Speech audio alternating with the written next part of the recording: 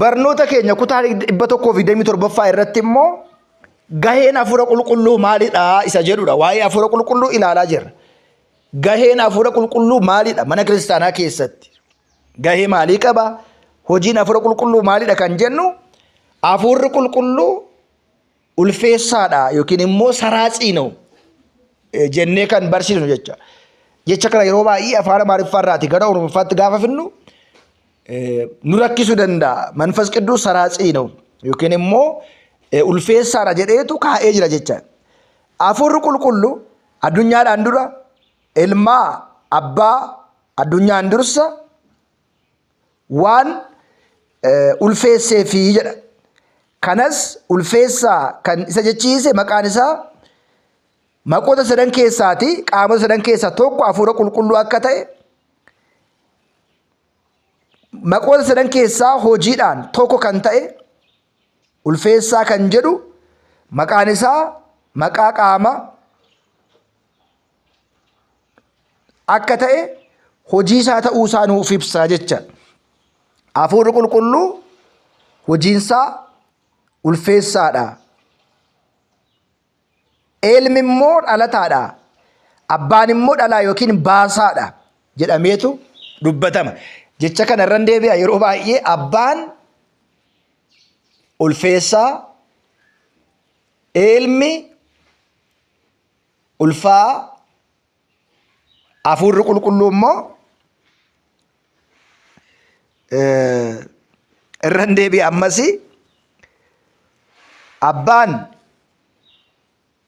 dhalaadha, ilmi dhalataadha, hafuurri qulqulluu immoo ulfeessaadha jenneetu iccitii mana kiristaanaa keenyaatiin dubbii kana barsiisna. Hafuurri qulqulluu kan inni ulfeessu, hafuura qulqulluu kan ulfeessu abbaa qofaadha. Kana immoo dhugummaa isaa macaafa qulqulluu gaafa ilaallu akka macaafni qulqulluu dubbatetti ibsameera.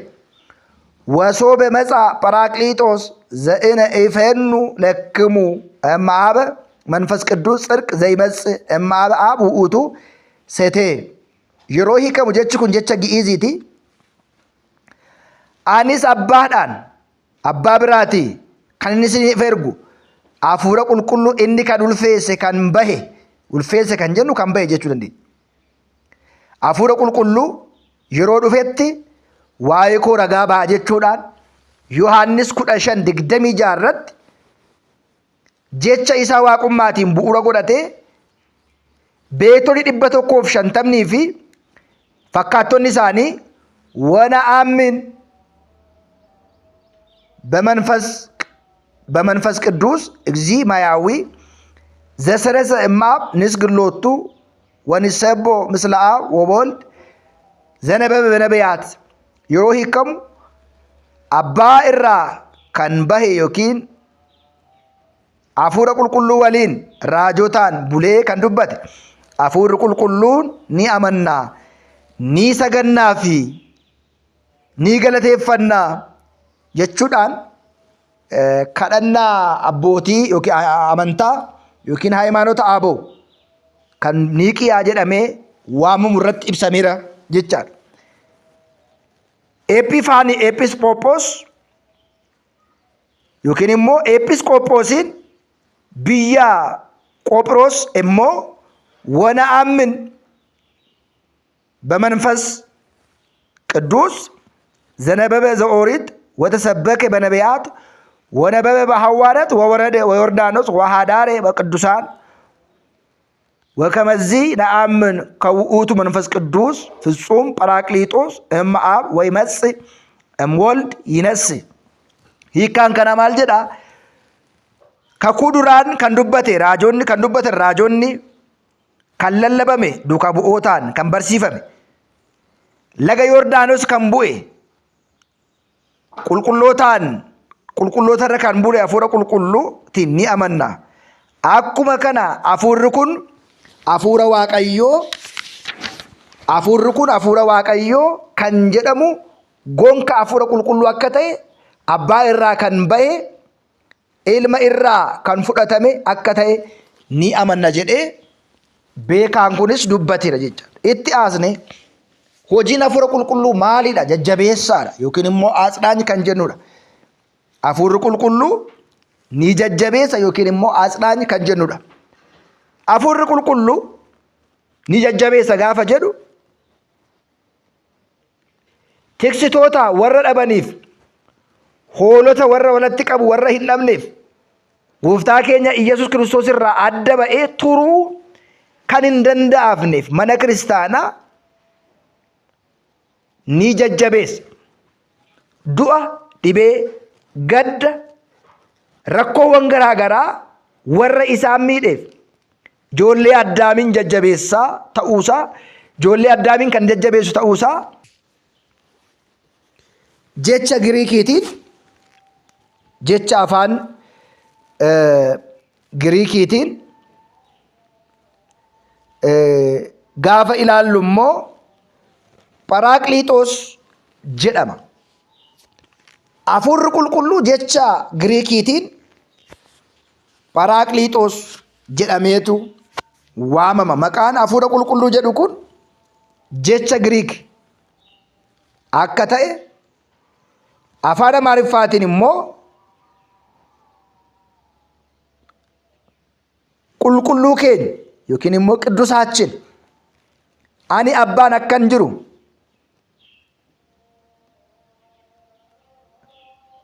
ani abbaas nan kadhadha, bara baraanis isin faana akkan jiraadhu jajjabeessaa biraa isinii kenna jechuudhaan Yohaannis 14:16 irratti immoo akkuma kanas haa ta'u malee garuu ani abbaa biraa kan isinii ergu jajjabeessaa kan ta'e innis abbaa biraa kan ba'e hafuurri dhugaa yeroo dhufetti inni ofii isaayyuu waa'ee koo ragaa bahaa jedha. Yohaannis 15:26 irratti dabalata Yohaannis 16:5 irratti Yohaannis 16:5 hanga 15 yoo ilaallu jechuma kana ni dubbata jecha. Egaa amma kan ilaalaa jirru waa'ee hafuura qulqulluuti. Qulqullichi Daawit immoo faaruu isaa 67:18 irratti አርገ ውስጥ አርያም ጸወከ ጸዋ ወዋሃብከ ጸጋ ለእጓለ እመሕያው እስመ ይክህዱ ከመ ይህድሩ jedheetu afaan Gi'iziitiin kaa'a jechaadha. Kana jechuun gara samii irratti Aso'ool ol ba'e, boojuus immoo booji'e, kennaas namootaa kenne immoo warreen jal'ootaa achi akka bulaniif jedheetu kaa'ee jira. Egaa akkuma beekamu hafuurri qulqulluu gaafa guyyaa 50ffaa, hafuurri qulqulluu gaafa guyyaa 50ffaa maaliif bu'e? Gooftaan keenya du'ee erga du'a mo'ee ka'eeti gaafa guyyaa 50ffaa, gaafa guyyaa 40ffaa akkuma ilaalaa turre gubbaa irraati humna nama jajjabeessu hafuura qulqulluu amma argattanitti Yerusaalemiin turaa jedhee erga itti himeen booda abdiidhaan guyyaa 10 eeganii guyyaa 50ffaa hafuurri qulqulluu bu'eera. Hafuurri qulqulluu gara addunyaa kanaatti gaafa guyyaa 50ffaa maaliif bu'e gaaffii jedhu kaasuu danda'a. Inni jalqabaan humna namootaa kennuudhaaf, tajaajiltoota isaa kennuudhaaf, amantootaaf kennuudhaaf, dachee kana keessa gaafa jiraannu addunyaa kana injifachuudhaaf hafuurri qulqulluu waan nu barbaachisuudhaaf. Inni jalqabaan humna kennuudhaaf warreen dadhabaa ta'an ijoollee Addaam wangeelaan jijjiiruudhaaf humna Aariyaam irraa waan isaan barbaachisuuf humna kana immoo isaan uffachiisuudhaaf kan bu'e. Kunoo አባቴ የሰጠኝን ተስፋ እልክላችኋለሁ ኩኖ አብዲ አባን ኮና ፍከነ ሲዲከን እሲን ጉባራ አንገሁምና ፍደተኒት ኢየሩሳሌም ቱራ ሉቃስ ይደሚ አፉርታሚ ሰገደተኩማ ይላል ኢላሉን ወጂ ኤርገሞታ በቆዳቶ ቁሰደት ረት ኢላሉን በርባችሳን እንት ያኑ Addunyaa sobduu taate kana komachuudhaaf hafuurri qulqulluu gaafa guyyaa 50ffaa bu'ee jedha lammaffaan. Innis dhufee waa'ee cubbuu, waa'ee qajeelummaa murtoo kennuudhaaf, addunyaa kana komachuudhaaf, waa'ee cubbuu namaa warra natti amanneef, warra natti amanan adda baasuudhaaf hafuurri qulqulluu gara addunyaa kanaatti gaafa guyyaa 50ffaa bu'eera jedha. Inni biraa waan na ilaallee fi murtoodhaafis ta'e hoogganaa addunyaa kanaa waan itti murtaa'eef Yohaannis boqonnaa 16:8 irratti ilaaluun barbaachisaadha. Dhuguma gooftaa dhugaa kan ta'e addunyaa kana injifatee diina kuffisee wallaalummaan balleessee gooftaan keenya Yesuus Kiristoos gara kabaja isaa jalqabaatti deebi'uu isaa asirraatii hubanna. Inni sadaffaan namoota gara dhugaatti qaqqabsiisuudhaaf yookiin immoo namoota gara dhugaatti geessuudhaaf hafuurri qulqulluu bu'eera. Garuu inni hafuura dhugaa yeroo dhufetti gara dhugaatti hunduma ni gaggeessa. Kan dhaga'amu hundumaa ni dubbata malee ofii isaarraatii hin dubbatu. Kan dhufus isaanitti hima, adda baasa. Yohaannis boqonnaa 16:13 irratti faarfataan waba tsirq midr yookiin immoo gara addunyaa qajeelotti isaan gaggeessaa jedha. Akkuma kana gara gaabbittis cubbamoota gara qulqullummaatti isaan deebisuudhaaf hafuurri qulqulluu namoota gara dhugaatti geessuudhaaf bu'ee jedha.